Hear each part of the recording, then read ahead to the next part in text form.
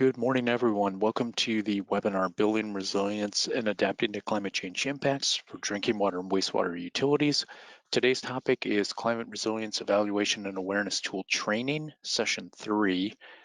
My name is Alfredo Lagos with GDIT. I'll be serving as one of the instructors for today's webinar. Okay, so again, welcome everyone to the CREAT training session 3. This CREAT training focuses on the Northern Great Plains climate region. I do want to reintroduce the EPA folks, Kurt Baranowski and Steve Freeze. They're listed there on the slide. They're out of US EPA headquarters in Washington, DC, and they lead the CREW, or Creating Resilient Water Utilities Initiative, and they're sponsoring today's CREAT training.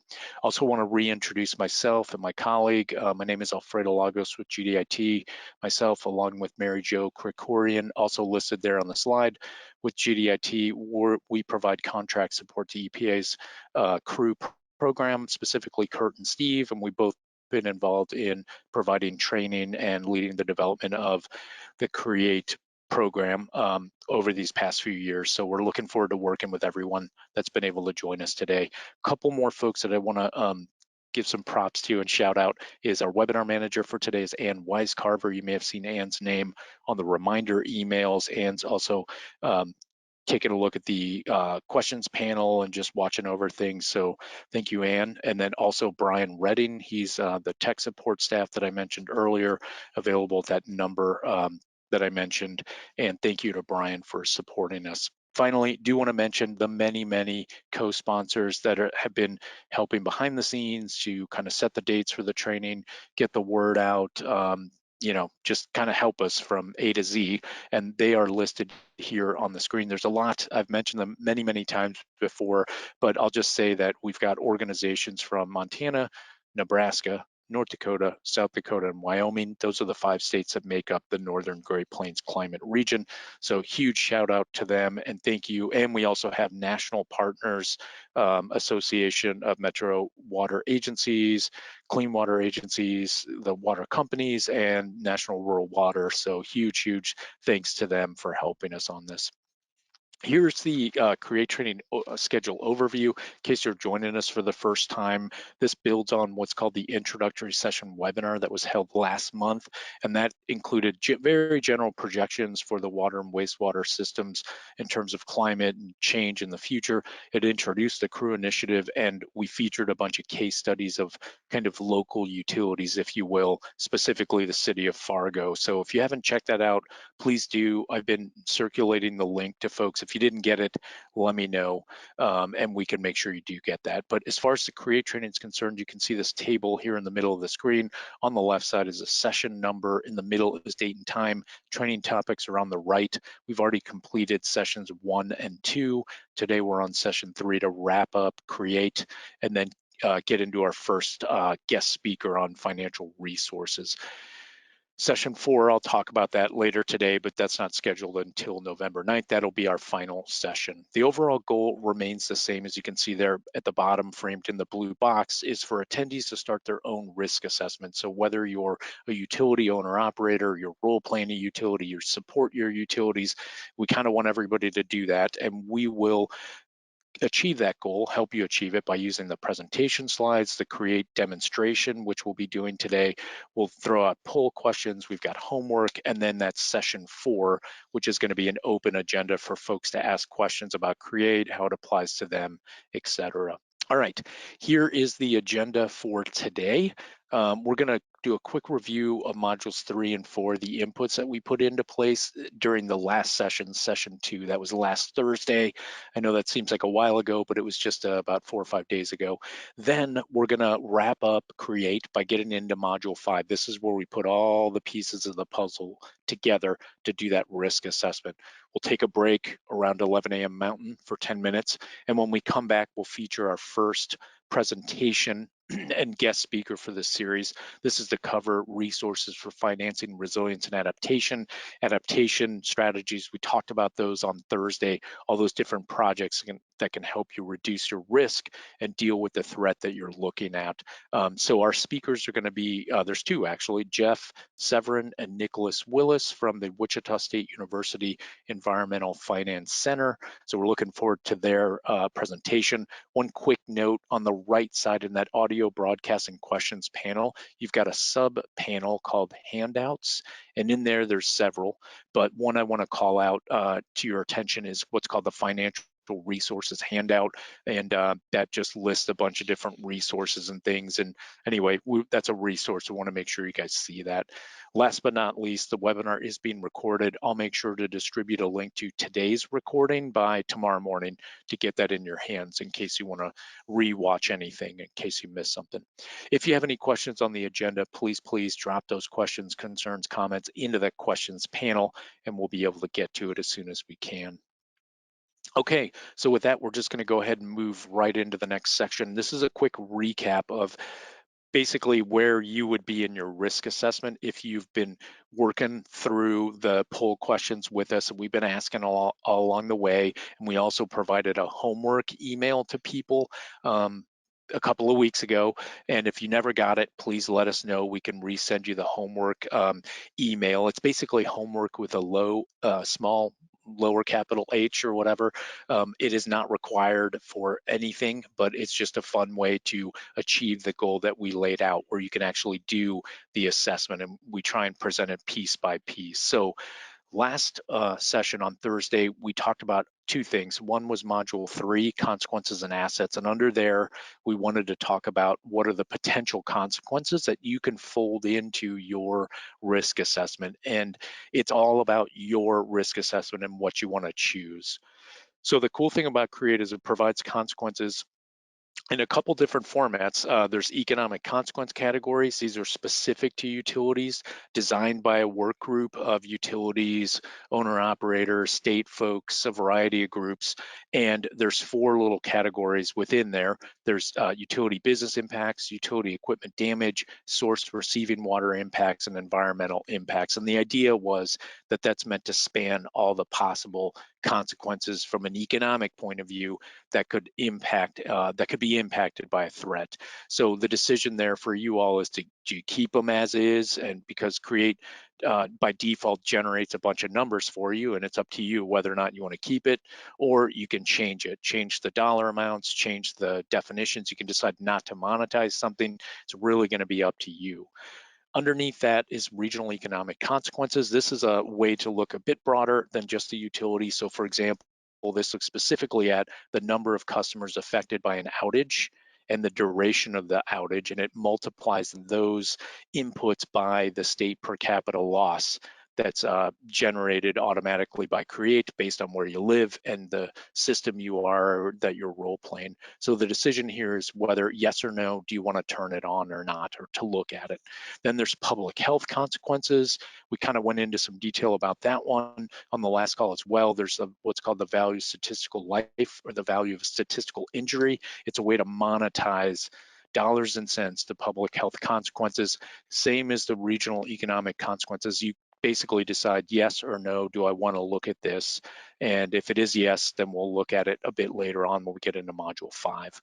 The last thing under module 3 is critical asset. And we asked you guys through the poll questions to just select one asset, and not just any random asset, but an asset that would be specifically impacted by the threat that you identified when you did modules 1 and 2.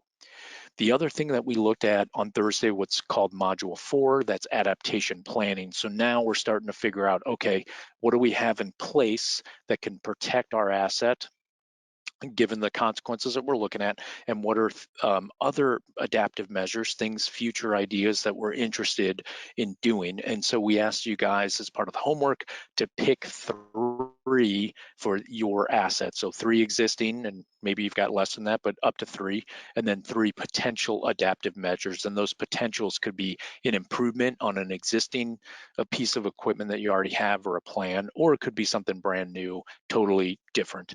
And we did ask you guys to select one adaptation plan. If you guys remember the definition of adaptation plan, that's basically a specific combination of measures rolled up into one plan that's going to be implemented in the future. So the next step is module 5 at the bottom there to identify what are the potential benefits of implementing our adaptation plan.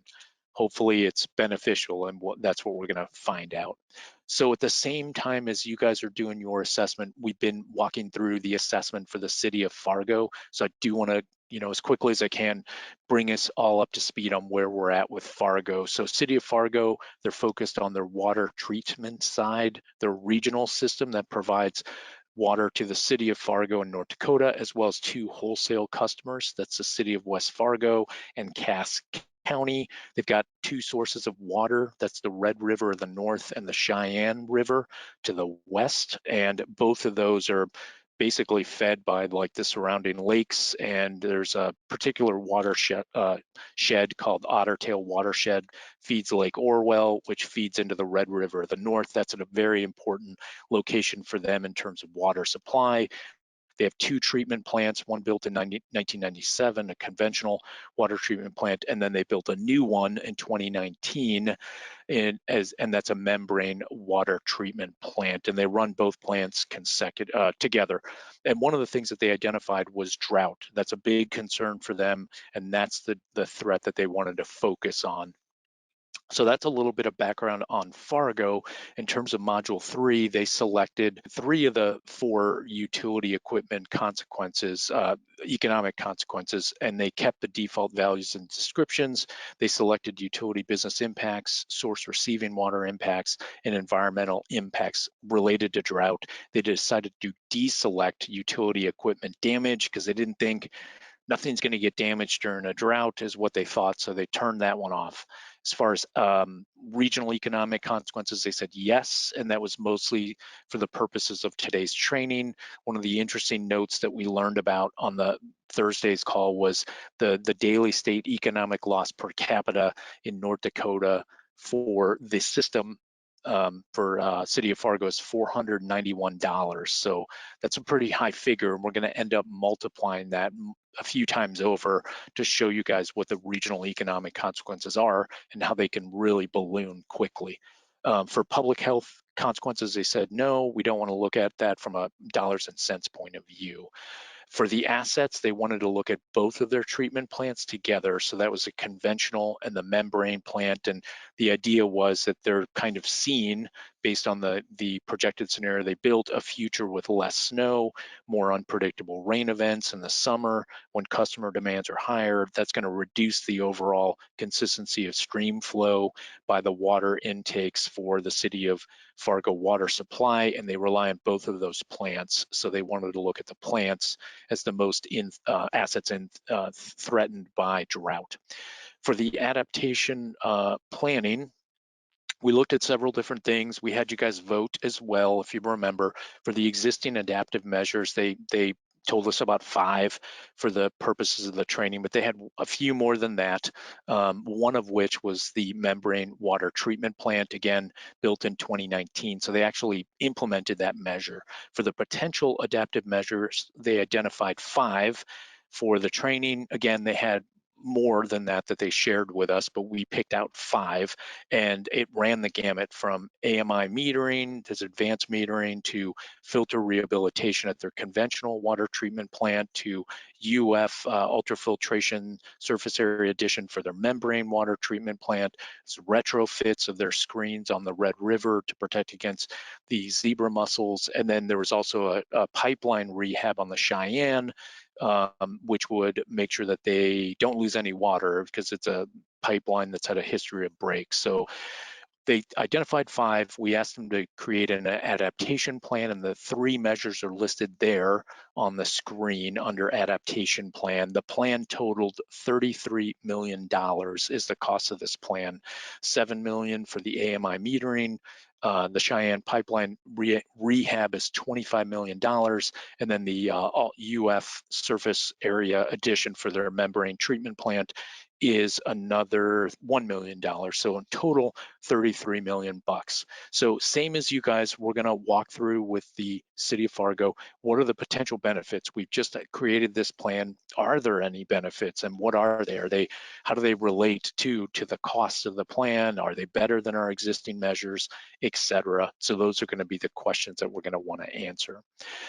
I know I went through that fast, and I will be going through the next set of slides kind of quickly. So at any time, please let us know if you have any questions. My colleague Mary Jo's watching as well the questions, and we can answer stuff as it comes up in case you kind of get lost. And I'm happy to backtrack too once I'm aware of what people might need. So what we're going to do is get into Module 5, risk assessment. This is that fifth step in the risk assessment at the top there. We're now on the green arrow.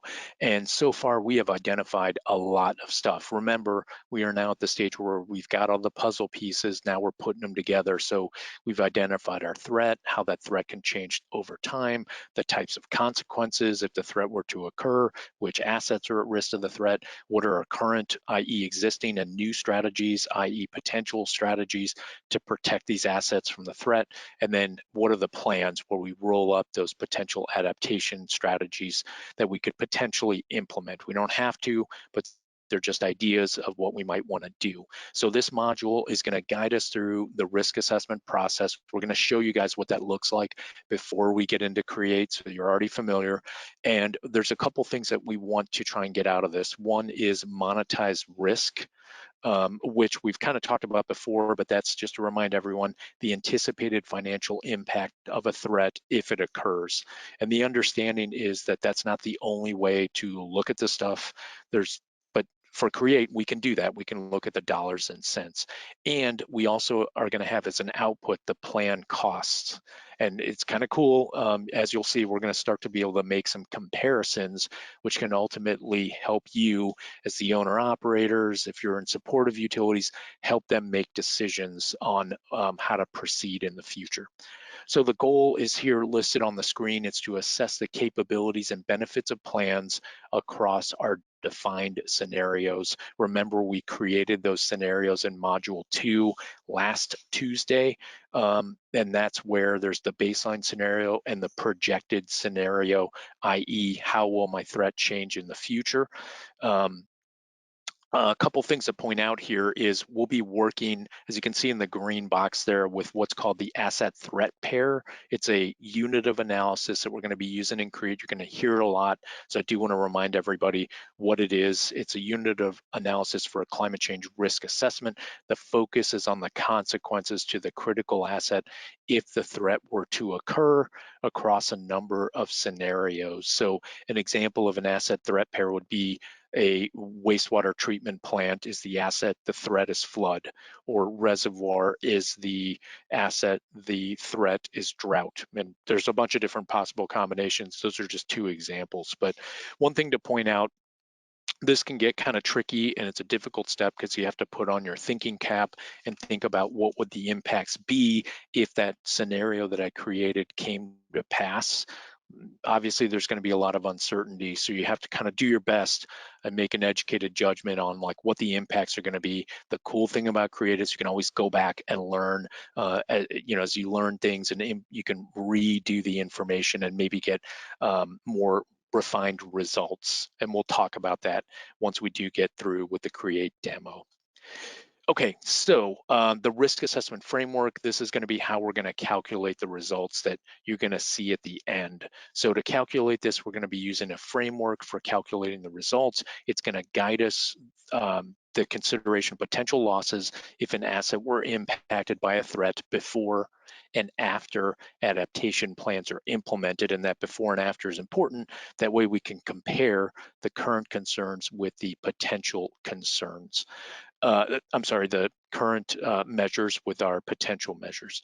We're going to process all the data that we've entered in the earlier modules, a lot of what you've already heard about: scenarios, threats, consequence categories, levels, assets, assigned threats, adaptation plans. And we're going to get three things that'll show us the consequences that utility could experience with and without adaptation measures. The without part is important because that's what is called the do nothing strategy. Not necessarily a bad thing, but you want to see how well does what I already have work. We're going to calculate the benefits of implementing adaptation plans, and then we're going to compare the benefit to the cost of implementing those plans in order to figure out, okay, is it a good return on investment based on the benefits that we get compared to the cost? So one of the ways that you guys will see us do that is using those asset threat pairs with what's called economic consequences. We talked about those at the start when we were doing the recap. We're going to be using that asset threat pair unit to go through, and what we're going to be doing is for each threat, we're going to assess the impact to our asset. We're going to select a level of consequences from low, medium, high, very high for each category in those 4 economic consequences, and they're in a matrix. We're going to do that. We're going to sum up the consequences across all the categories to get what's called total monetized consequences. We're going to do that for each scenario and each adaptation plan that we have. So on the right side of the screen is what it's going to look like in CREAT, where we've got a description of the current measures. On the left of this table where there's the red box, there's the 4 economic consequence categories that we happen to have here. And for each one of those, we're going to have a drop menu where we're going to select what level of impact do we imagine will occur. And then that's all going to add up down at the bottom. I know it's kind of hard to see here, but you'll see it more in CREAT, and that's the total economic consequences. It's going to give us a range for the baseline scenario and the hotter, drier, in this case, the projected scenario. It'll add it all up for us. So one of the things that you're going to do is for each of these categories is decide, is it going to be low, is it going to be medium, is it going to be high or very high for the baseline and the projected. So we do want to ask our first poll question here to kind of test whether or not any of this is making sense. I'm going to ask my colleague Ann to please launch the first poll question. And if you guys remember, as part of the homework, we had you guys identify existing adaptive measures to identify for your utility, whether you're the owner operator or you're role playing or what have you. And so we wanted to ask you, if you just had your existing adaptive measures in place, which consequence levels do you think would increase if your projected scenario occurs and impacts your asset, whatever that might be? It might be a treatment plant, reservoir, well field, whatever that is for you. Which one of these 4, these are those 4 economic consequence categories that we talked about, very specific to utility, which one of those do you think would increase? And try and remember, write down your answer on your phone or your tablet or on a scrap of paper, because this is what you're going to feed into your own analysis when you finally get there. And if you have any questions on it, please let us know.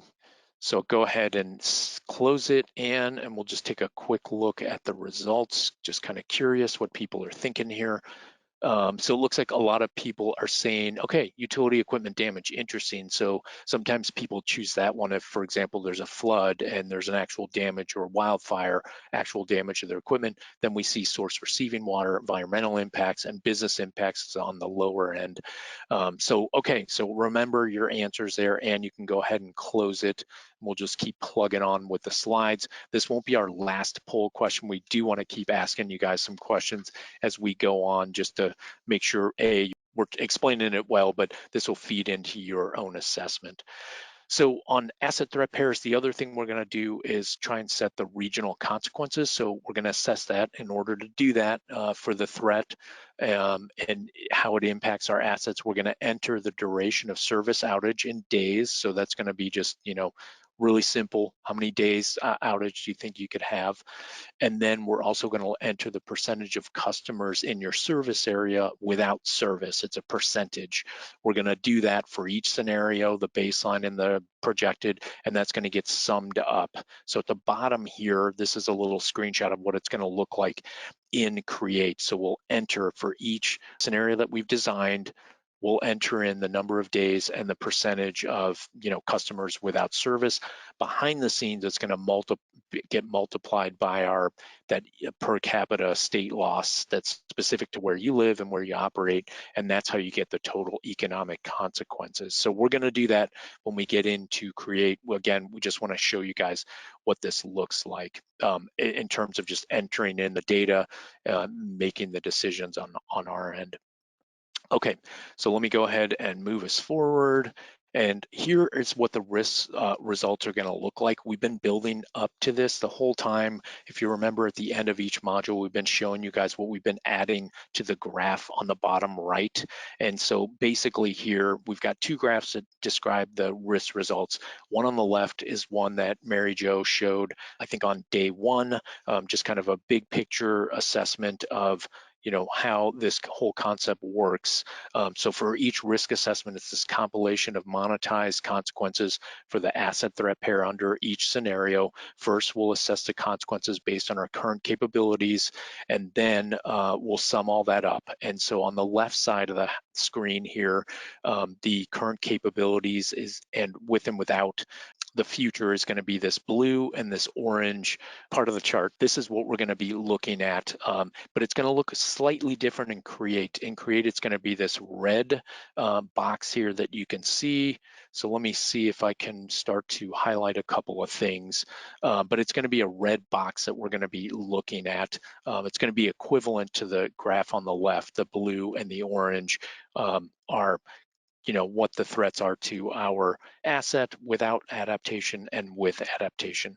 So once we do that with our current measures, we're going to do the same thing again for our plan, our adaptation plan, and CREAT's going to calculate the monetized risk for each assessment, and then the difference between the without our plan and with the plan is going to be what's called total monetized risk, also known as monetized risk reduction. So on the screen here, let me back up.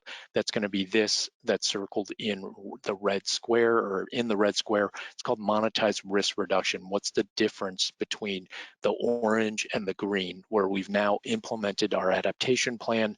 It should reduce our risk if we designed it correctly, or and there's a bunch of plans. They may or may not do it to a greater or lesser degree, but the way that's going to look and CREAT on the right side is going to be the orange or slightly yellow color box, and then the green box is going to be the monetized risk reduction. So we just want to show you guys what this looks like because we've been working towards it. We're going to show it to you and CREAT specifically what the results are for the city of Fargo, which are going to look different from your results when you run your own risk assessment. If you want more details on this, because we know it's kind of can seemingly be complicated, there's the CREAT methodology guide. Great place to go to learn more about how this all works behind the scenes, because there's a whole big engine underneath the cover here. We're not really lifting the cover too much.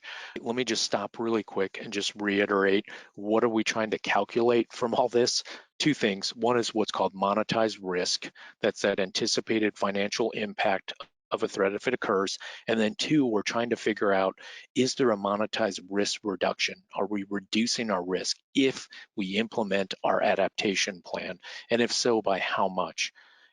And how are we going to calculate that? We're going to be using those asset threat pair unit that we talked about and the consequences in the risk assessment framework in order to generate the chart on the right.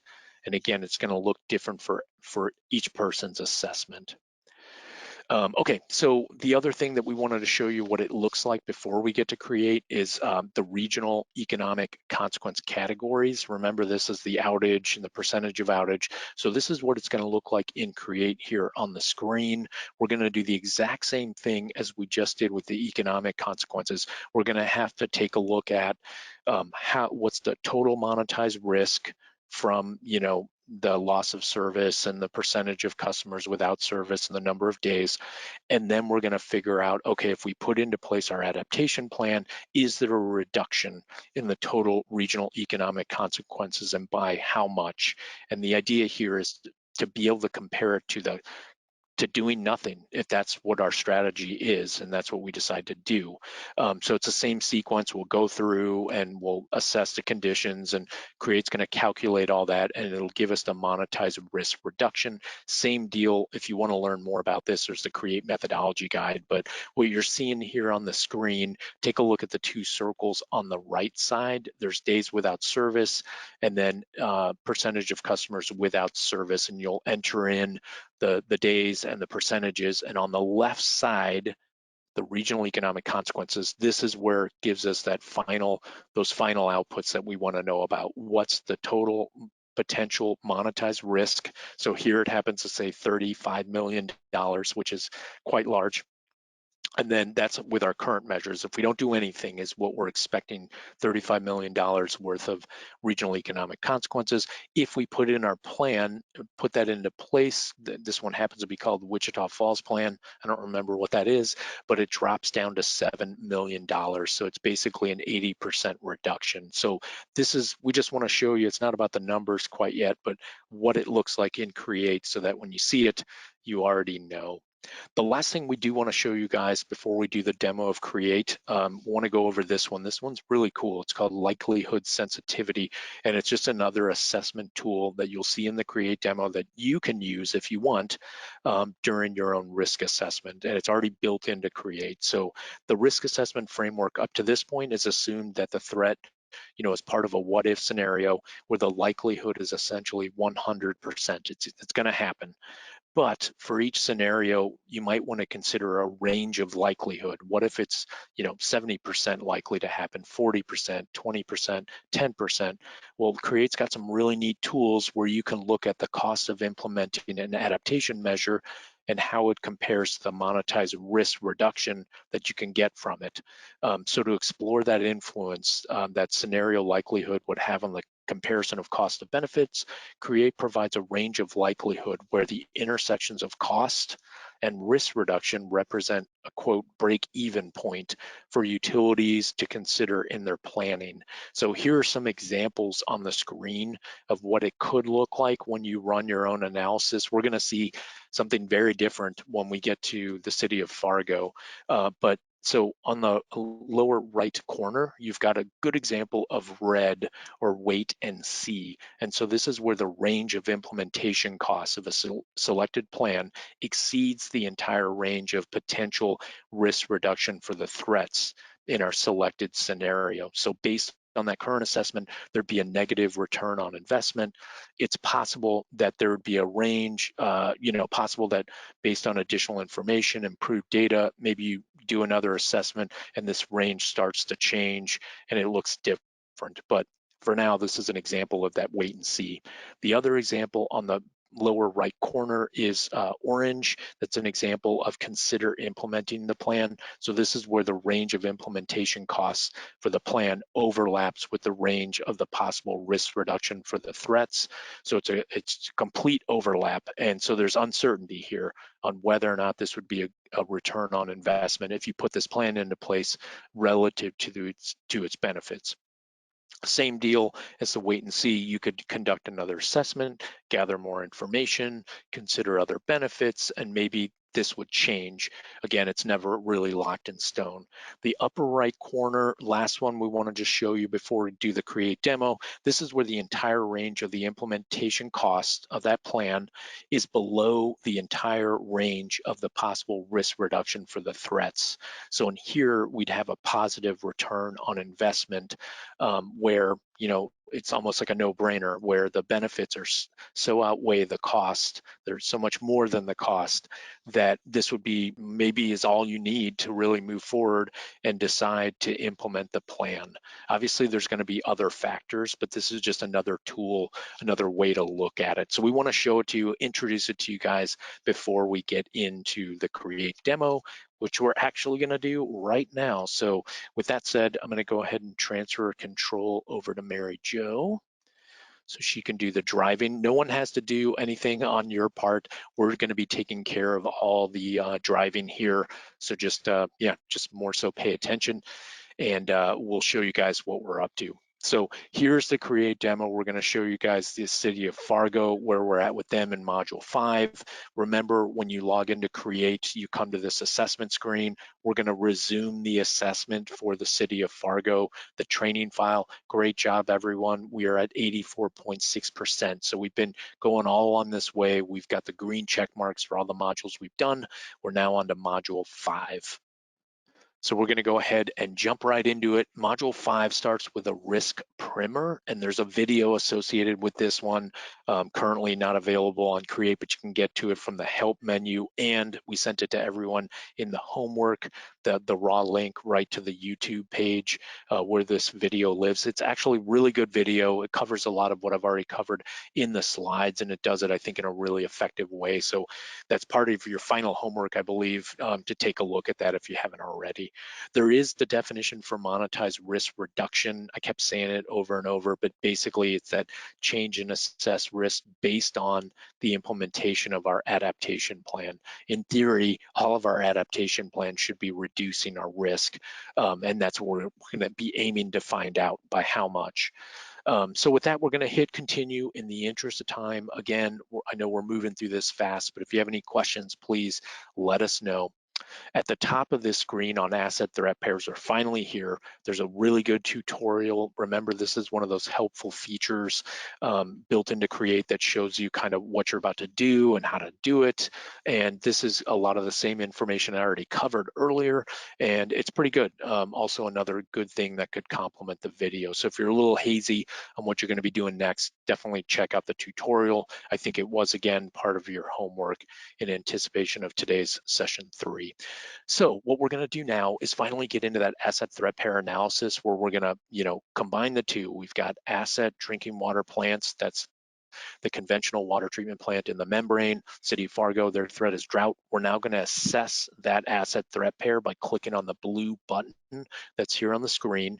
And remember, we talked about we got to do two things. First, we have to assess our current measures, AKA our existing measures, the stuff you already have in place. So Mary Jo's highlighting up at the top that we're looking at the adaptation plan of current measures.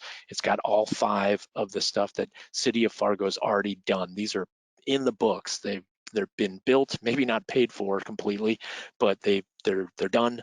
We want to look at how well do they do at reducing our risk and what's the risk profile with just them in place, given our assets and our threat.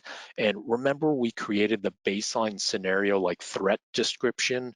And basically the key takeaway is that City of Fargo has been seeing recently that, there's been a decrease in river stream flow due to less precipitation in the summer, less snowpack in the winter. That's a historical, fact for them, and they just captured it in this paragraph. So with all that information, we're going to have to now go through and set those drop menus for our economic consequence categories, which are listed on the left side.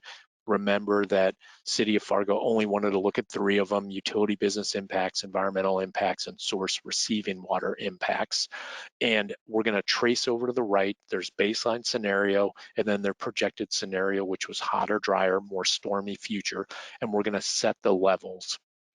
And the levels come from the economic consequence matrix that Mary Jo's going to open real quick to remind you guys. This is the matrix that was generated for City of Fargo based on their size, who they are, where they're from, financial conditions.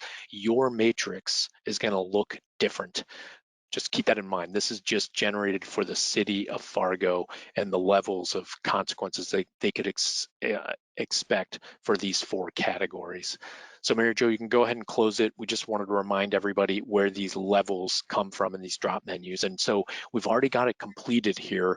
What Fargo is saying is, with their current measures for the consequence category of utility business impact, if their baseline scenario happens, they could expect a medium level of impacts. So that's $2 to $5 million.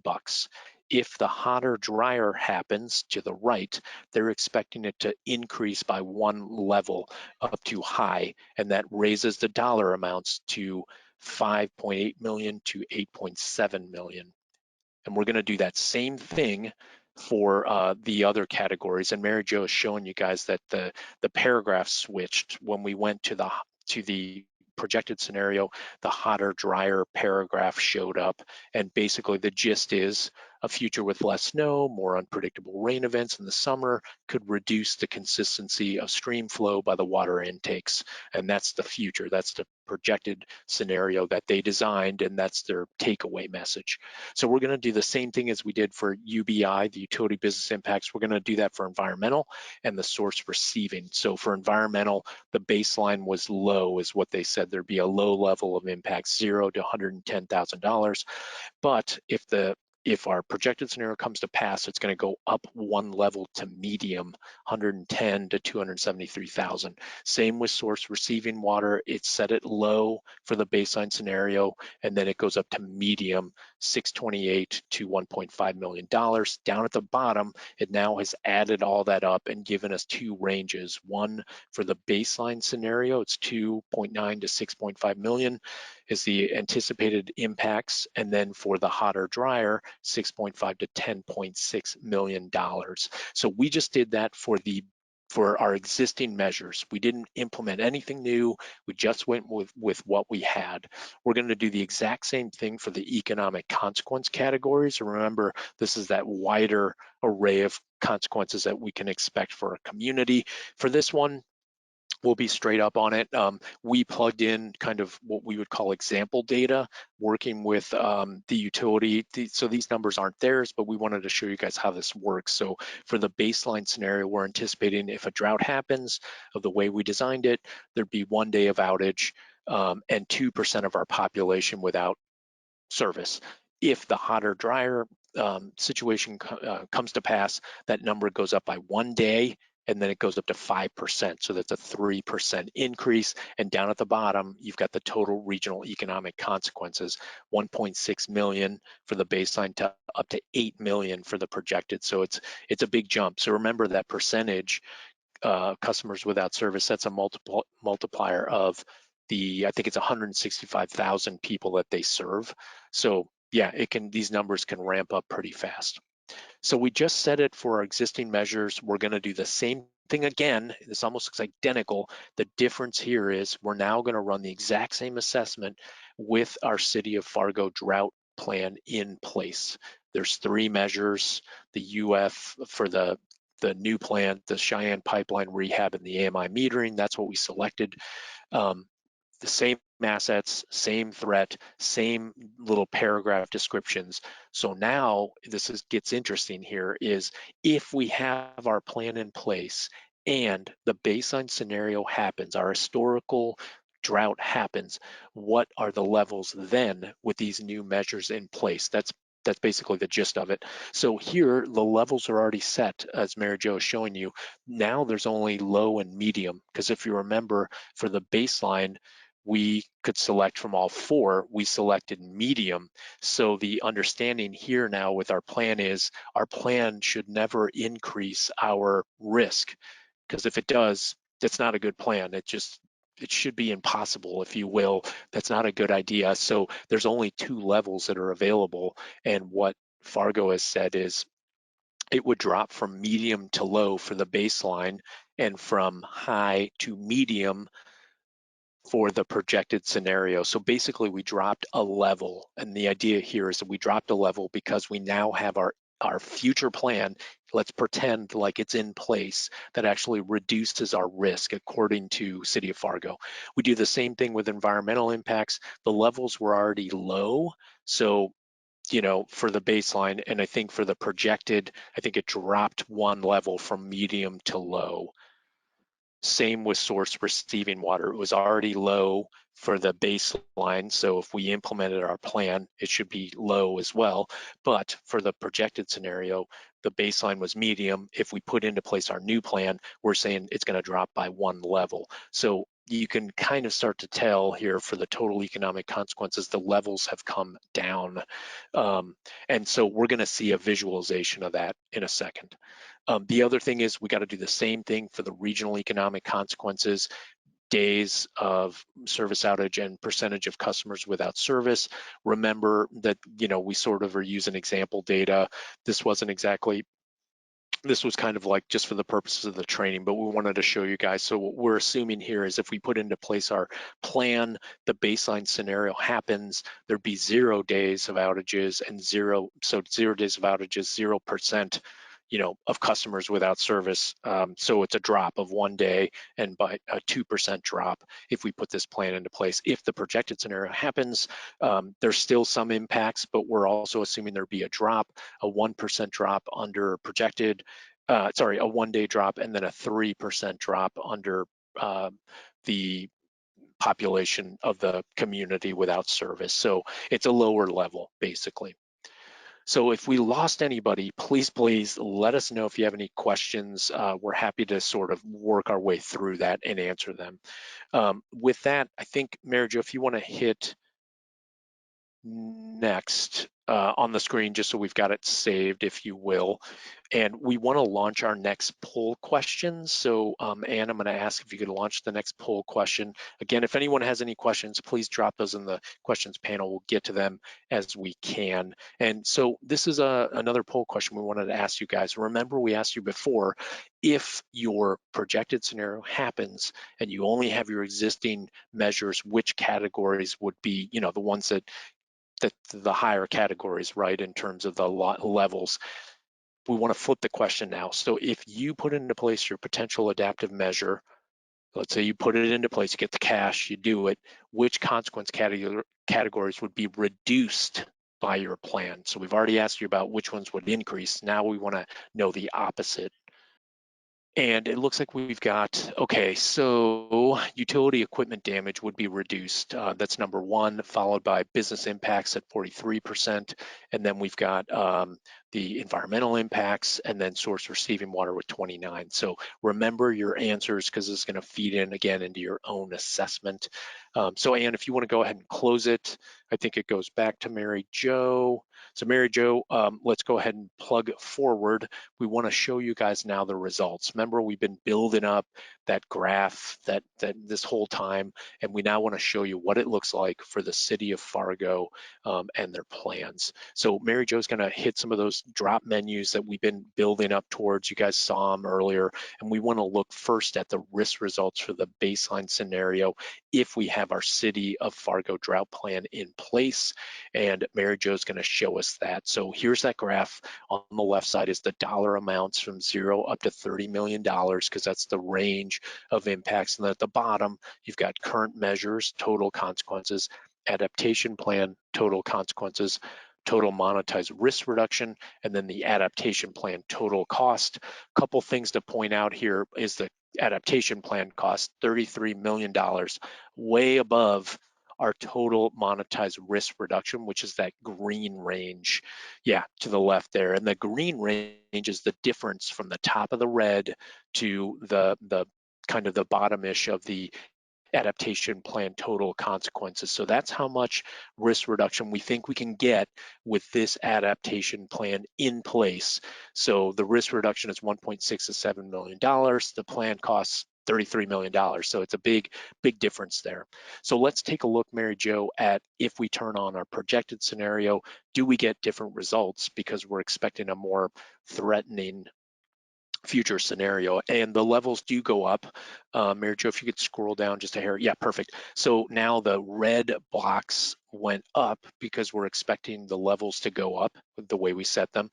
And the adaptation plan consequences also went up, but we still get a pretty good total monetized risk reduction. Like, it's a pretty good range, 6.4 to now 14 million bucks. But remember, the plan, that gray box on the upper right corner, it's $33 million.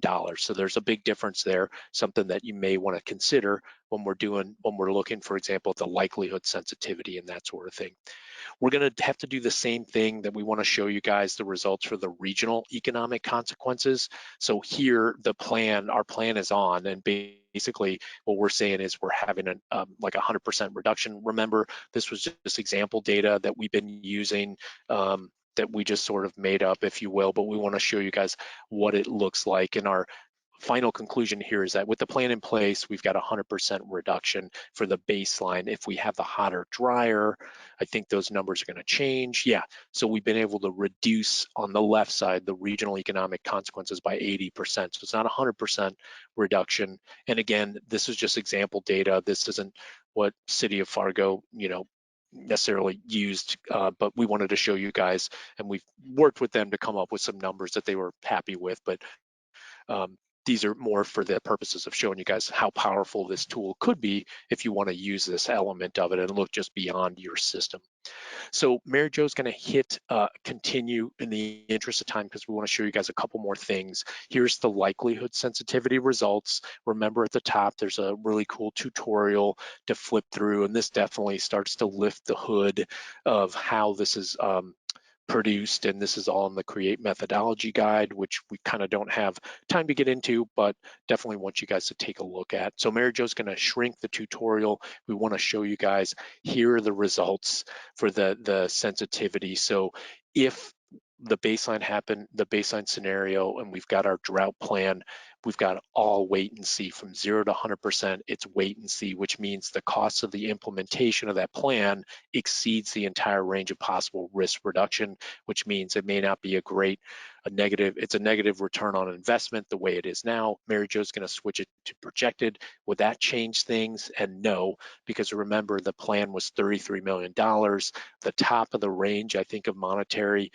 risk reduction that we could get was 7 million with this one. This isn't necessarily a bad thing, because you might go back and consider other benefits that maybe aren't dollars and cents. Maybe you just have to do this, and that's just the way it is. You might do some additional, gathering of data and improve what you're looking at and change some things, and maybe you get a different result. So this isn't set in stone. It's just a tool to help you make decisions. So we wanted to show you guys that and what the results are for City of Fargo. It may look different for you, so remember that. So Mary Jo, in the interest of time, let's go ahead and hit continue.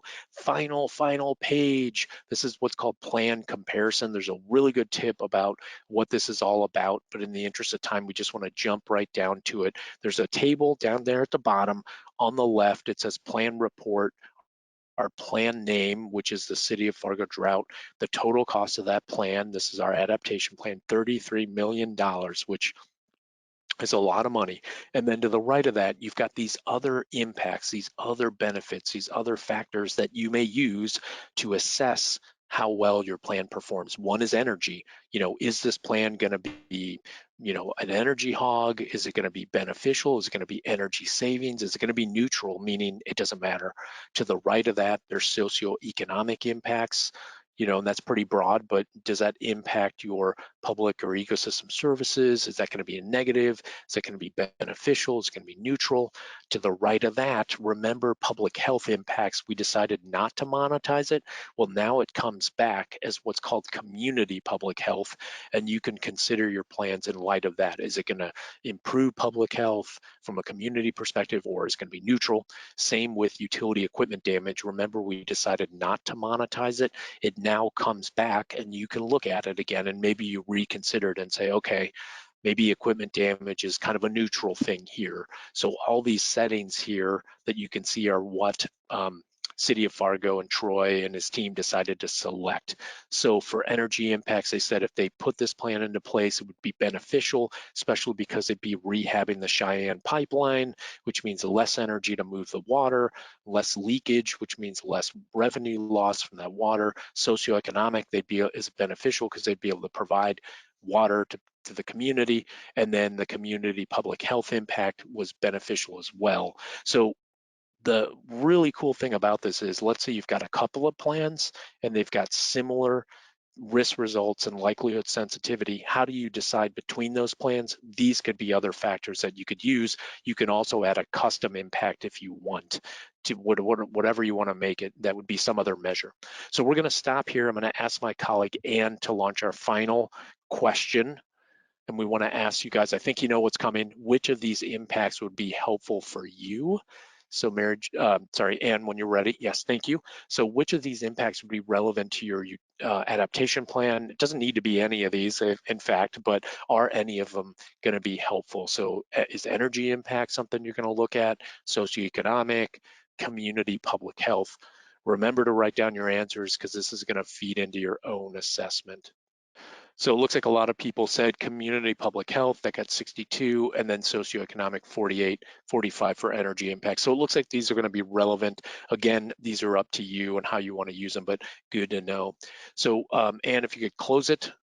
And Mary Jo, when we come back to you, if you want to select the open plan summary, we want to show you guys, we now are at the final plan, the final summary report. This one is the granddaddy of them all, if you will. It takes all the elements and rolls it into one giant plan. And Mary Jo's is going to do a slow scroll through it. We want to just show you guys what this looks like. It includes all the information that we have inputted, and it's in that Word document format. That's going to be super handy for you all to, again, share with your colleagues, share with people that are working on this. And so that way they don't need a CREAT account. You can send them the final report. And what's cool is you can make adjustments in Word if you need to do that, Microsoft Word, and you can always use those adjustments to go back into CREAT and rebuild the file, make adjustments here and there, and maybe show different results on the risk results side of the house. But basically it's got everything that we have done up to this point. It also outlines some next steps for you, which we're going to get into in a second here. So very, very handy information. It's all there for you, all rolled up into a nice, really well formatted document. Our consequence categories, regional economic consequences, the comparison elements as well. So Mary Jo, if you want to jump back to CREAT, and Mary Jo's going to hit the final button, complete analysis file. That takes us to 100%. So congratulations, everyone. We are done with the assessment file for City of Fargo. Great job. In the interest of time, I'm going to take back control for Mary Jo, and I want to show you guys some of our last couple slides before we get to break, so that everybody can get a bit of a rest in. So we have now built up our entire risk results table. Remember, we've been building this the whole time. We now have those three things: our total monetized consequences with or without adaptation plans, and we have the total cost of our adaptation plan, and we have our total monetized risk reduction. We now have everything we need. It may not be a silver bullet here, but the idea is to help you make decisions by using these tools. So here's a quick recap of the CREAT assessment process. Just want to show this real high level. Modules 1, 2, and 3, we started to input all the information about who we are, what the threats are, the types of consequences, our assets.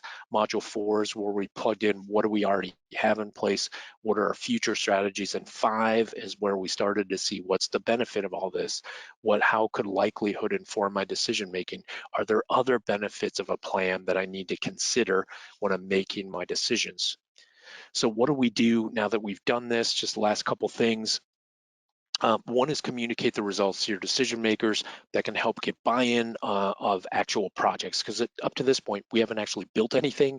These are just an exercise to figure out what could we put into place that might be useful. We might identify additional info. Remember, I talked about that, to refine your analysis. So you might investigate the cost of adaptation options, review your consequence level definitions, expand the number of assets, collect additional data on your climate threats, and really start to fine-tune things, and that could be helpful. Secure funding, we're going to hear about funding a little bit later by our guest speaker, and then share your findings. So if you guys are interested in sharing your findings with your partners, customers, stakeholders, and potentially adding your stories to that case study map, which was highlighted during the intro session map, we definitely encourage it for everybody to get their stories up there. So if you're interested, let us know, let EPA know, and we can make sure that gets your, they link up with you. Our next topic, it's going to be resources for financing resilience and adaptation. We've got our guest speakers, Jeff Severin and Nick Willis with the Wichita State University Environmental Finance Center. Quick reminder before I switch it over to Jeff, and Nick to please, if you have any questions, comments for our speakers, please use that questions panel, the upper right corner of your screen. That would be awesome. So with that, I'm going to ask Nick and Jeff to come off mute, and I will transfer control. I think it first goes to Jeff, if I remember correctly. Yes, looks correct to me, right? Yes. All right, Nick, I'm going to give All you right, control. thank you, Jeff. My name is Nick Willis. My colleague and I will be presenting to you today regarding some of the resources, specifically financial resources that may be available to you and your community regarding resilience and adaptation. We are both with the Wichita State University Environmental Finance Center.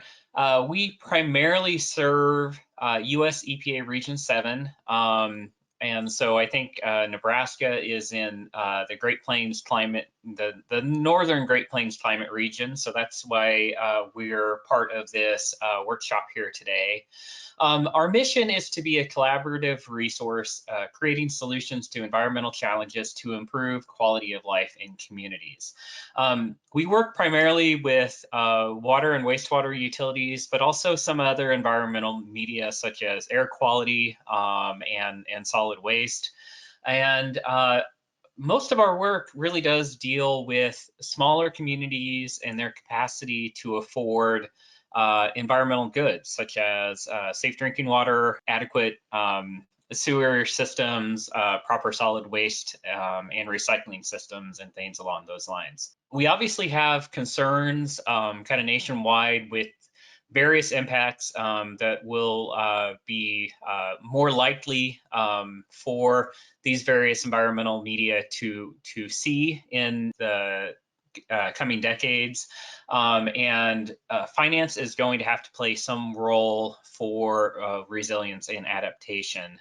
We work in areas of applied research, professional training, and technical assistance. And since I have a captive audience, I want to highlight training and technical assistance opportunities. For those of you who are working for a water or sewer utility, or if you're a consultant or engineer, something along that lines, and you have clients that are water or sewer utilities serving less than 10,000 people. So this is going to be the vast majority of all water and sewer utilities within this climate region. We can help you with board training, water auditing, asset management, capital improvement planning, equipment replacement planning, workforce planning and job descriptions, energy efficiency efforts, and sewer plant operations. Many of these do, from time to time, touch upon the issues of resilience and climate proofing our infrastructure. And we will specifically be talking more about asset management further in today's presentation. So today we'll be talking about financial capacity. Jeff will take on that. Then we'll move on to the topic of asset management and its role in resilience effort. And then we will finally touch upon 3 sample resilience projects and how you might go about financing those, because they do vary in size, scope, and potential sources of funding as well. So with that, I'm going to turn it back over to Jeff. So when we think about financing resilience and adaptations, one of the first things to consider is financial capacity. And so by that we mean, is the utility able to meet all your current expenses, including those that are foreseeable in the next year? Are you collecting sufficient revenue to meet long-term expenses? And that includes capacity to cover debt payments on any existing loans, bonds, cost share agreements on grants, and managing finances in a way that builds lender confidence in your financial strength as a borrower, so you can maintain high credit ratings and be able to access the credit that's regularly available to similar systems. And then third, do you have sound financial controls in place? Does your utility have written policies and procedures and implement practices that help streamline operations, that protect your assets, that detect or prevent errors, and ensure that you're adhering to relevant rules and regulations. So that includes maintaining an adequate budget process, financial statements and indicators, and completing audits on a regular basis. So some indicators of financial capacity and financial sustainability that indicate that you're hitting the mark on this include being able to recover all of your expenses by generating revenues that reflect the true cost of operations, including debt service, repairs, and replacements. Planning for the future and saving for the unseen. So this means building reserves to cover your planned capital improvements or debt service on those investments, as well as reserves to cover emergencies. This sort of planning allows you to take a proactive approach to replacing assets and really getting the most out of your equipment. And Nick will take, as he said, we'll talk more about asset management in a little bit. And then finally, using debt wisely by having a firm understanding of your finances and using various financial tools that are available in the best possible combination to not only keep your systems operating efficiently, but maintaining that credit worthiness. So what does financial capacity have to do with resilience? Not surprisingly, we believe that utilities and governments that develop financial capacity are in a better position to plan for and implement adaptation strategies. So as part of this, you can take the information you've generated using the CREAT tool and incorporate those needed investments into a capital improvement plan. That could mean phasing projects in over a few years to get your highest return on investment, building the necessary reserves to pay for those larger upgrades to your system, and putting yourself in a good financial position to access the credit you'll need to implement these projects and that you've identified through the process. In general, financial capacity allows for greater flexibility to both respond to emergencies, including those that are associated with climate change, because you have those emergency reserves in place, and to proactively plan for investments that make your systems more resilient. So let's break that down just a little bit further and maybe even take a step back to discuss some of the funding options that I've alluded to already. Typically, funding for day-to-day operations come from internal funding sources, so revenue that's generated through customer rates, as well as fees, taxes, and other revenue sources. Rates are, of course, an important part of any funding strategy. Those rates should be fair and equitable so that all your customers are paying for their fair share of the water or wastewater costs, while building in room for those customers who are economically disadvantaged. They should also cover full cost of operations and debt service for any external funding, and additional funds to help you build reserve accounts, which are especially important to resiliency. And by the way, we do recommend having reserves for short-term operations, for repair and replacement of equipment, for your debt service, and reserves for emergencies. So as you start doing some resilience planning and maybe realize that you're going to need more revenue to cover the cost of projects or debt service payments, raising your rates is one option. And there are tools and training opportunities out there to help you with that, and recommendations for how to effectively engage the public in those conversations. But if there isn't capacity for raising rates or willingness of the public or elected officials to do so, there are alternatives to raising rates, or at least to reduce the amount you need to increase those rates and still be able to make your planned investments for resilience. You might be able to change the rate structure instead of the rates overall. So depending on your current structure, maybe moving from a fixed or uniform block rate to an inclining block rate, or other structures so that higher intensity customers are paying more. There's a whole host of other fees you could consider or revisit through some auditing to see whether your fees are being assessed appropriately or if you are possibly losing some revenue in those areas. This allows you to recover some costs related to specific services, including things like grease trap fees or sewer strength charges. Again, part of recovering those actual costs of operations. And there may be cost savings in outsourcing some of your operations, either to private operators or contract operators, or even a larger municipality or rural water district nearby.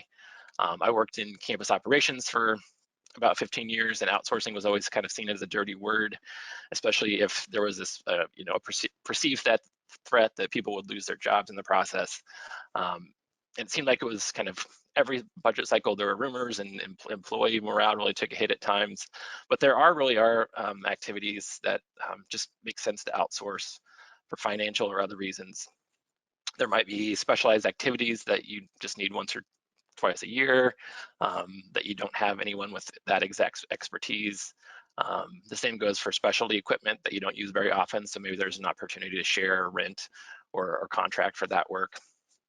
In some cases, you might be able to get those tasks done at a lower cost because the work can be done more efficiently with contractors than with your existing staff, and you're better off putting those labor hours into other needs that align with your employees' expertise. So as much as outsourcing can be seen as a dirty word, it's worth taking the time to analyze that from time to time, because I think an even worse phrase than outsourcing is that's also common operations is, well, we've always done it that way. By the time you get to the point of needing to raise rates, maybe you've considered other ways of doing things and have already made the investments that you can to improve efficiencies. But if you haven't, start looking at your biggest cost centers like energy consumption, chemicals, personnel. Are there positions that are shared with other departments that can be, but that you're carrying the bulk of the budget for? Can you do some cross training with your staff? As I mentioned before, auditing your meter readings and billing process can uncover some errors or help identify problem areas. And that really goes back to having the best possible fiscal controls in place to make sure that you're getting the most out of those dollars. So whether you have reserve accounts in place or you start developing through changes in your rates or diverting funds through your efficiencies, having that reserve in place allows you the flexibility to replace equipment when you need to and be adaptable to changes. No matter how much you plan, of course, you're not going to be able to predict exactly when you'll need to replace something or what the exact cost will be. But if you're managing those funds separately and appropriately, you'll be able to deal with unexpected expenses as they come along and have funding in place for planned improvements. In terms of using these reserves for resilience projects, it can be a source of funding for some of the upfront costs of projects that you plan to finance. So like land acquisitions, surveying, engineering, legal fees. Reserves are also a good source of funding for incremental investment in major projects.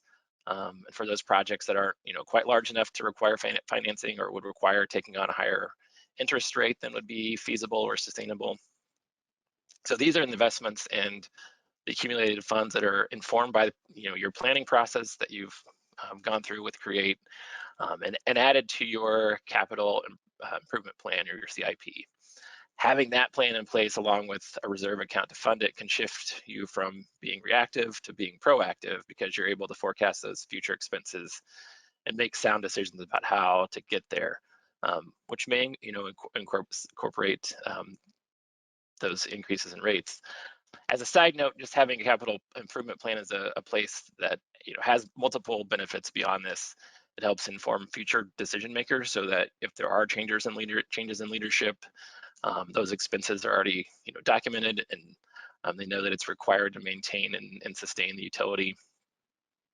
There might be some cost savings you can identify through the process by coordinating projects. So if you have some planned replacements and see an opportunity to incorporate some of your resiliency projects, you can align those opportunities in your CIP and possibly see some savings in planning and construction costs. And all this, of course, looks good to funders. Thinking about your credit worthiness here, they see that you're planning ahead, being proactive, thinking in the long term, and therefore maybe less of an investment risk. So overall, a capital improvement plan is a realistic guide for the future. It allows you to funding for capital investments can also come in the form of grants, loans, special funds, or bonds. With the exception of grants, the utility will ultimately need to repay those external funds with revenues that you've set aside in reserve funds. So again, those are important funds to maintain. Here we have just a few potential sources for funding resilience projects, starting with your state revolving fund or SRF. If you are not familiar with these funds, they are managed at the state level primarily to address public health concerns. Every state process is a little bit different. The Southwest EFC has a switchboard where you can find information about your state, and I'll drop that link in the chat for you. And there might be other state level funds available, so check with your state programs if you aren't already familiar with those opportunities. There's also the USDA Rural Development Program, which offers long-term, low-interest loans, sometimes up to 40 years of financing, depending on the project. These are generally for communities under 10,000 and as well as federally recognized tribes. You can check their website for eligibility. There are community block grants as another source, but this funding's typically a little bit more limited and competitive. FEMA also provides funding specific to resilience and infrastructure and hazard mitigation, and we'll talk more about that at the end of the presentation.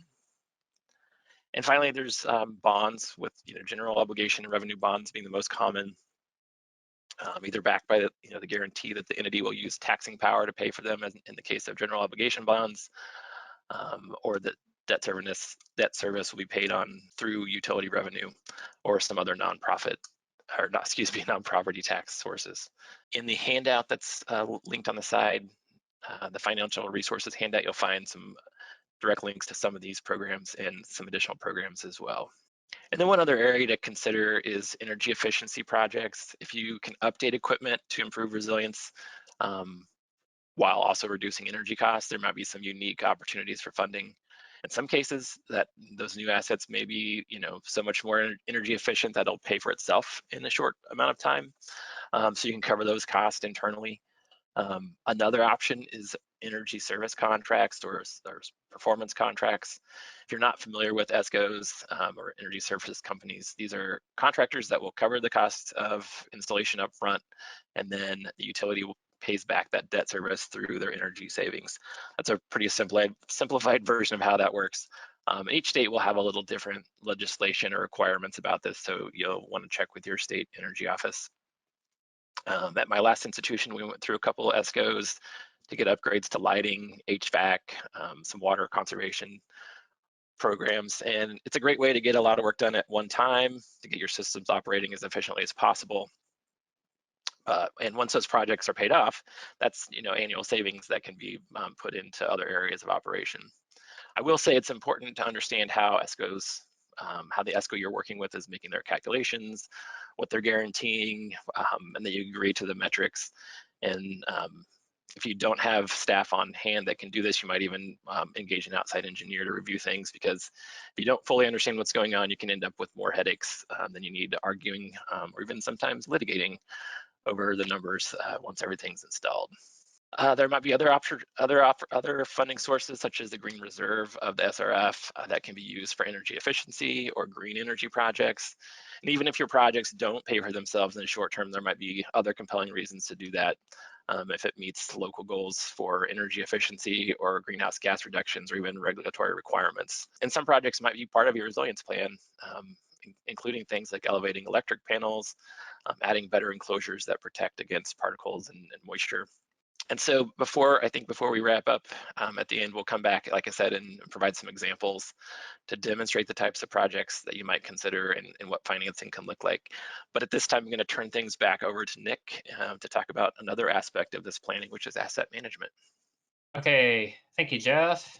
So yeah, we will be briefly talking about some of the concepts with asset management and how they can help improve your utility resiliency. One thing we do need to keep in mind is that no matter how many investments you end up making to harden your infrastructure and make it more resilient, the vast majority of what you will have 15, 20, 30, even 40 years down the line has already been built when we're looking at things such as stormwater pipe, levees, sewage collection, and water distribution systems. So it's important that in order to maximize our financial resources and minimize the risk of operation of these assets, that some of the components of asset management is practiced. This begins with 5 core components. You'll see them kind of in a circle here, and that's because there's not necessarily a specific place where that is the best place to begin when we're looking at asset management for any system within a community. So we'll discuss each of these briefly, but for the first one we'll be discussing is the current state of the assets. So when we're looking at the current state of the assets, we're going to dial it down to a specific type of asset within a community. So it might be a water utility, a wastewater utility, it might be your city's electrical system, whatever it may be. The current state of your assets is asking the questions of what, where, when, and how much. So this is going to be, what do we own? Where is it? When is it going to need replaced, or in some cases have a major overhaul completed on it? And then how much approximately will that cost? You'll have things such as mapping, various inspections, inventories. You're going to be looking at things such as resiliency, and then estimated cost. When you're looking at the current state of your assets, you're always asking the question, what is my next step with this asset? Is it going to be to replace it? Is it going to be to rehabilitate it? Is it going to be to run it until failure? And that will help inform every other component of your asset management and long-term where your utility or your community is going financially to provide those services.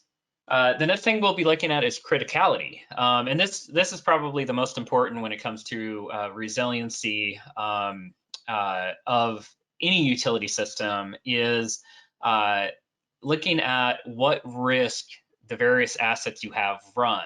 And if you haven't done this for your own utility assets or your own community assets, it's probably a good first step before you begin spending money on resiliency, is to really identify what are those assets that if they were to fail or to have their capacity overwhelmed in the case of a flood system, what are those assets in our community that are going to cause the largest problems if they fail? Generally, we look at two components of criticality, the first of which is what is the probability or likelihood that an asset is going to fail, which includes not just catastrophic failure, but it could be being overwhelmed.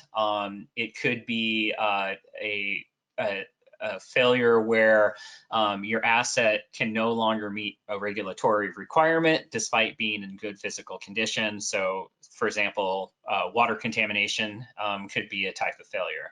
We also look at what the consequence of failure is if the asset is to fail. Always, there's going to be some cost to putting it back in good working order, but there also may be legal, environmental, and or social consequences with failure. When we look at resiliency efforts, those are really the cost we're looking at. There's certain assets out there that will put you at your community without water, will cause widespread environmental contamination. Those are the types of failures we are really focusing on with resilience efforts. For most assets, if there is redundancy, the consequences of failure lean more towards financial only, because there is something else to provide that service to your utility or your community in case if there is a single failure. So think, for example, a pumping system with multiple pumps. If one fails, there's other ones to take up the work being done by the failed pump. So redundancy is one way to bring about resiliency in your various utility systems in your community. We can plot this out, and an effort like this would be good to illustrate the various risk levels of assets within your community to either citizens of your community, customers of your utility, or elected officials within your community as well. You want to focus your attention on those highest risk assets because they have both a higher probability of failure and a higher consequence of failure. We also look at factors in criticality beyond the probability and consequence. When you're looking at critical assets, past performance is going to tell you a whole lot of information. Is this thing reliable? Does it get overwhelmed once we get more than 2.5 inches of rain? That track record is very, very valuable. You also look at ease of replacement. Is this something that I have sitting on my shelf, or is it going to take a long time to have to be custom manufactured and then shipped? Is it something that you are able to repair in-house, or must it be contracted out? The consequences of failure, looking at things like a sewer backup. If a pump were to fail or a pipe were to fail, are we backing up sewage into one house or 100 houses? Life, property, health, and environment are very much paramount when we're looking at the consequences of failure. Thinking again about redundancy and modes of failure. So for example, does the city have backup generators in case of a line failure? So you may have great resiliency from flood, but if a windstorm knocks out your power, your sewage lift station's still not going to work if it doesn't have power. So when we think about resilience, it needs to be from multiple risks that are facing your infrastructure. There's also some inherent reliability in an asset. Typically, things like water storage, either below ground or above ground, is just going to be more reliable than water pumping because there's no moving parts. You don't have to constantly provide it with energy. So that's something to keep in mind when we're looking at criticality. Also, what are the plans if they do fail? Some of the individual community level plans need to sometimes take into account major infrastructure failure.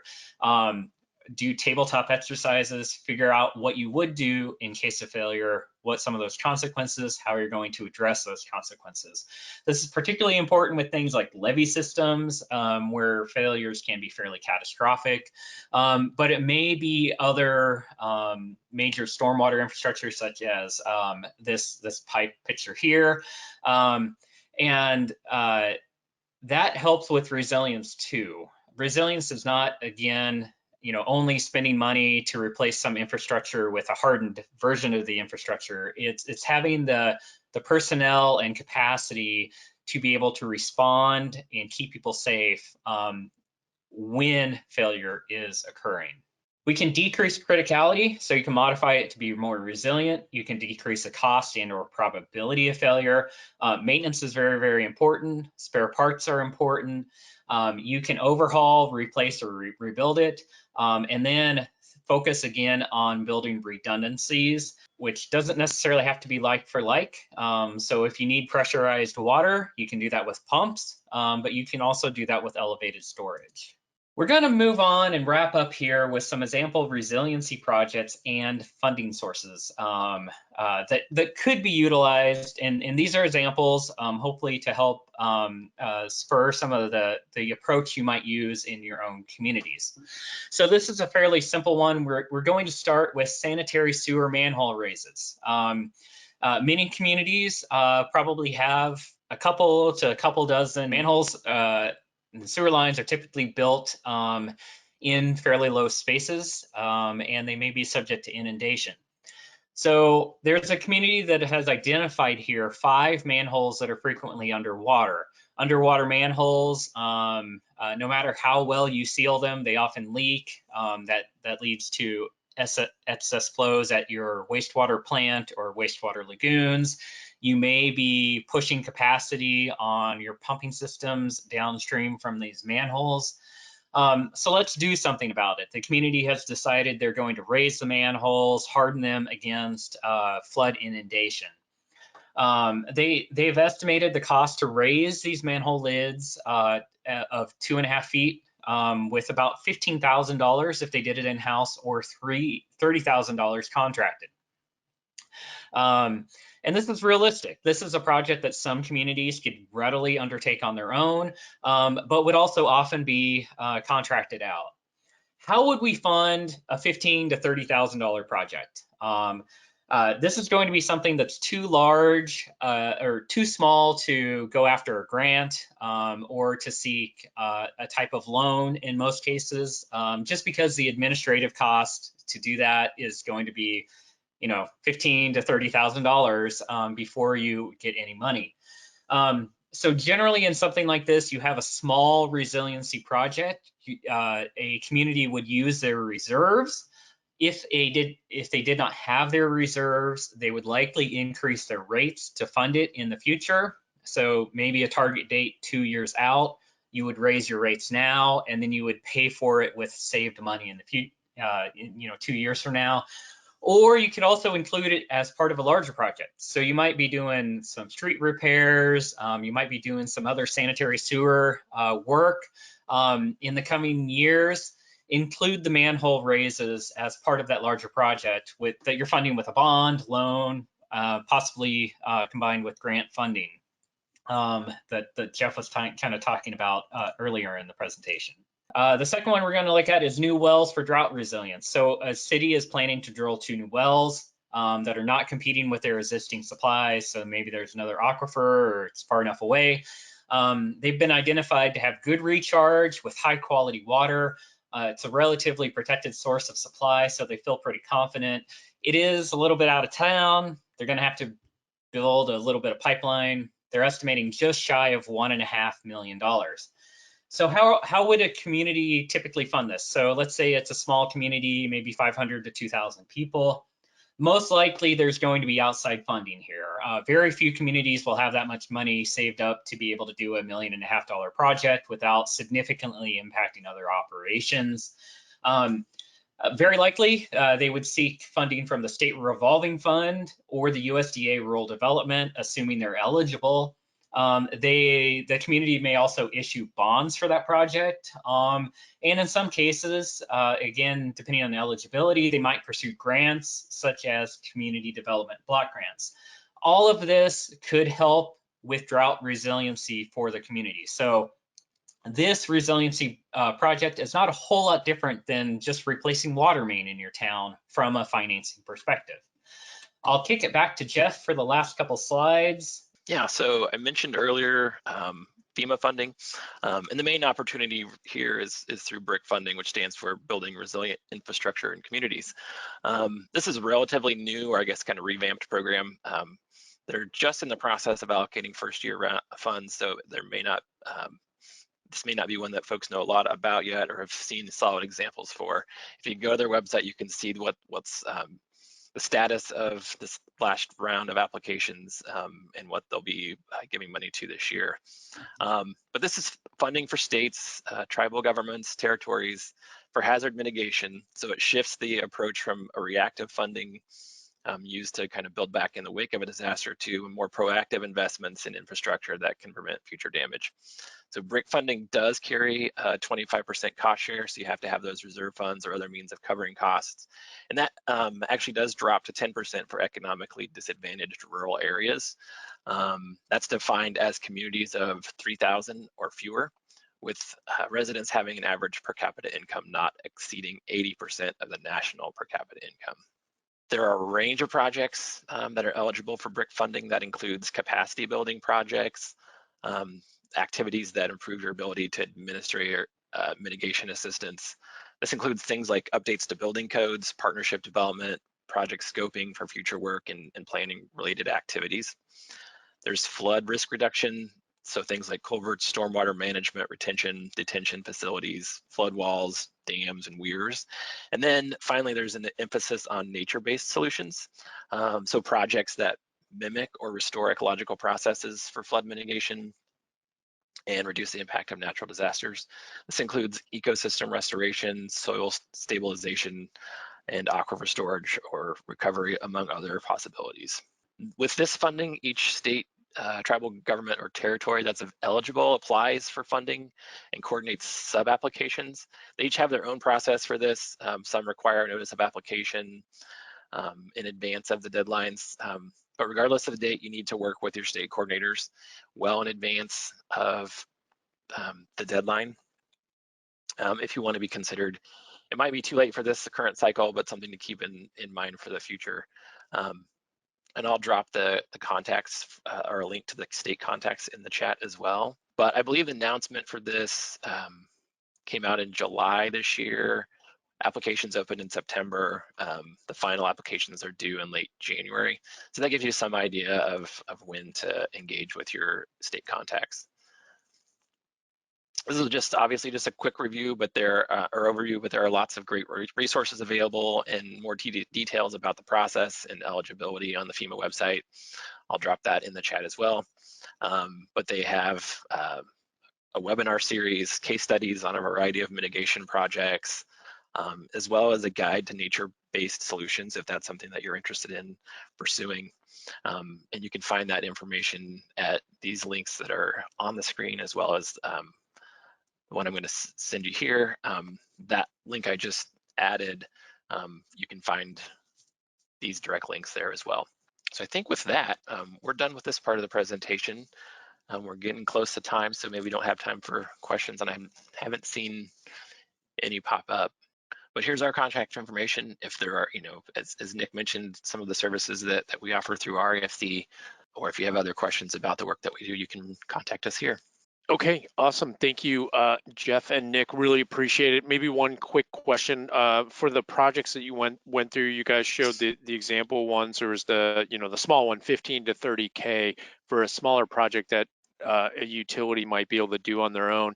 Do you guys still recommend that no matter how small the project might be, folks still do the first part of what you guys were talking about, figure out the financial capacity, regardless of like ultimate project size? It's still a good thing for folks to try and do. Yeah, I mean, there are some cases where you will discover an issue that you didn't know about that you'd want to take care of the issue before maybe figuring out your financial capacity. So if you had a $30,000 project, something was failing, for resiliency's sake, you may go ahead and spend down your reserves and figure out the finances afterwards. Again, kind of life and health and safety concerns may trump the financial, at least in a short period of time. But yes, knowing where you are financially is important for all sorts of reasons when operating infrastructure. Okay, fantastic. Thank you. Really appreciate it. And again, as Jeff and Nick mentioned, if you guys have any questions in the audience, please submit those, and we can always route them to our speakers as beyond today. So thank you, Jeff and Nick. Really appreciate it, and you guys taking time out of your day to present. With that, in the interest of time, we'll just kind of keep working our way through our remaining slides here for session 3. So next steps, there are a few. This kind of feeds into the homework. Again, it's homework with a little h, but one is complete your CREAT assessment. That's going to be the big homework item on the back end here. Or if you are a technical assistance provider, state, there's so many different groups that are attending today and have signed up.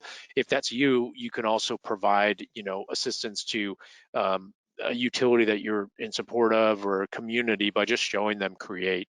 And if you need resources on that, EPA can help for sure. Communicate the opportunities for using CREAT with other personnel. So if you liked what you heard today and there's other folks in your unit, your outfit, your organization, please share with them what we've done. Providing staff on CREAT and other CREW resources. Remember, I mentioned there was the introductory session webinar. If you have not checked that out, I'll make sure that when I send out the link for today's recording, you're going to get that too. And there's a really good introduction on the CREW resources. There's more than just CREAT. And we mentioned it at the beginning of session 1, we're doing these CREAT trainings for the different climate regions around the country, and it's kind of a different look at the country, but it's based on climate regions. We've been knocking those out, if you will, and those recordings have been uploaded to the EPA's dedicated training center page for the CREW program. So if you know of other people that maybe are not in this NGP region, the Northern Great Plains, please, you can share that with them too. Finally, reviewing the funding presentation that'll be in the recording I sent out today of what Jeff and Nick provided. It sounds like very, very important steps in order to identify and get yourself in a good position to really pay for and find the right mechanisms to fund those projects, those cool ideas that you might have. So that this is just kind of the beginning on that front. So let me go ahead and move us forward. Final homework stuff, and we've got a final poll question in a second, but let me show you the homework things real quick. Basically, it's just to complete your CREAT assessment. We're gonna meet again in 2 weeks for those that can join us for that session 4. So if you need help or assistance, we'll show you guys how to do that, but please, make headway, reach out to us if you have questions. Speaking of questions, write down any questions you've got about CREAT. I don't get it, whatever. How does it apply to me? Or even the financial side, like how am I going to fund the project? Maybe you've got a small project, maybe you've got a big project. Please think about those questions and bring them with you if you can join us on session 4. And for anybody that wants to, no one's going to be put on the spot, but if you want to share some of the details about what you're up to, we found over and over again, utilities want to hear from other utilities, not from me, no matter how charming I sound.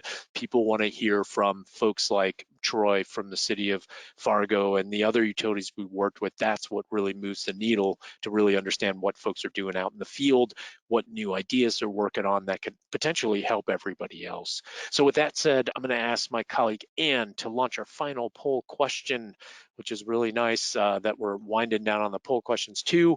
And this is really just to understand what topics do you want to learn about in session 4. This will just help us figure out how much time to allot to it. So I'll give you guys some time, not a whole lot I think is going to be needed here, but do you want to learn about importing from other applications? So for example, if you've had to use VSAT and do a vulnerability assessment as part of your AWIA, America's Water Infrastructure Act, you can take those results and plug them into CREAT so you don't start at 0. So if you want to learn how to do that, let us know. If you want to learn about these other modules, or if you want to learn more about financing, which I know sometimes can be dry, but when you start thinking about actual projects and what people have done and the cool ways people have achieved their goals, maybe that's something you want to hear about. So Ann, go ahead and close it.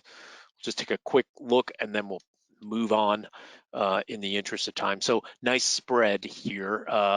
So thank you for everybody for answering that. So it looks like that importing thing will be on our agenda: consequences and assets, adaptation planning, and financial resources. So that's wonderful. Thank you for taking a moment to answer that. And if you want to close it, you can contact us over the next couple of weeks here between now and the 4th session if you're going to join us, or beyond. Basically, we're here to help, and there's Kurt and Steve's email listed, myself and Mary Jo. You can submit questions to us or to the crew help desk, and that's the best way to reach out to us. If you want technical assistance from EPA, that's on offer. If you want questions answered, what have you, the offer is there. So please take advantage of it, and it's basically free technical assistance. Final thing on the survey, just want to point it out, the survey will launch when you close the webinar. It's going to fire up in your browser as a separate tab, a window. So give it a second or two. It's going to take a little bit of time, but it'll show up. If you get hasty and you close out everything by accident, don't worry. You should receive an email in about an hour after the webinar is over, and there's going to be the link to the survey there, so you could answer the survey there. And it's pretty straightforward. We're just looking for your feedback. How did you think it went? What could be improvements if we did this in a different climate region for your peers, other utilities, technical assistance providers? How can we make it better and more enjoyable for you and productive? So yeah, that's the survey. And with that, our next session is in 2 weeks, November 9th, same time, 10 a.m. Mountain. It'll go for 2 hours. Again, it's an open session. We will feature another guest speaker. That's going to be David Goldblum-Helsner with EPA. He's going to be here to answer any questions that folks might have on financing and get into some more detail on the federal side of the house with the financing options, which we think will be a good complement to Nick and Jeff's presentation. So that's that. You'll get a reminder for session 4. You don't need to re-register. And as I mentioned before, I'll send everyone the link to today's recording by tomorrow morning, if not sooner. So if you want to rehash and go through everything, you can do that. Before we close out, I just want to thank our many sponsors. There were so many from Montana, Nebraska, North Dakota, South Dakota, and Wyoming, including also our national sponsors. Also want to thank City of Fargo. Thank you to Troy and team for for letting us pull back the curtain and seeing how you guys do business and what you're concerned about. We hope that it was useful to everybody. Thanks to our planning team members that have joined our planning calls, and to the EPA folks that have helped us get this far. So with that, we're done. Thank you for joining us. Really appreciate your interest. So again, if you've got no questions on your mind, or you don't want to hear my voice anymore, feel free to drop off, and we will, we'll catch up with you in 2 weeks on November 9th, 10 a.m. Mountain